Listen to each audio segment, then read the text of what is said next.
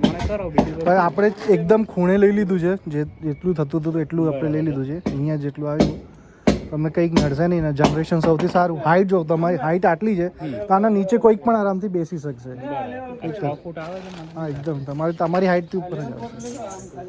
પણ પેનલ થોડી કામ આવશે. જેટલું આપણે બહાર કાઢી શકતા હતા ને એટલું આપણે બહાર કાઢી દીધું છે. પણ આપણે પછી ઓલી અહીંયા આવે ને હા અહીંયા 8 અને અહીંયા 5 5.5 6 કરીએ 6 અહીંયા 6 છે તો એ જ થયું ને. હા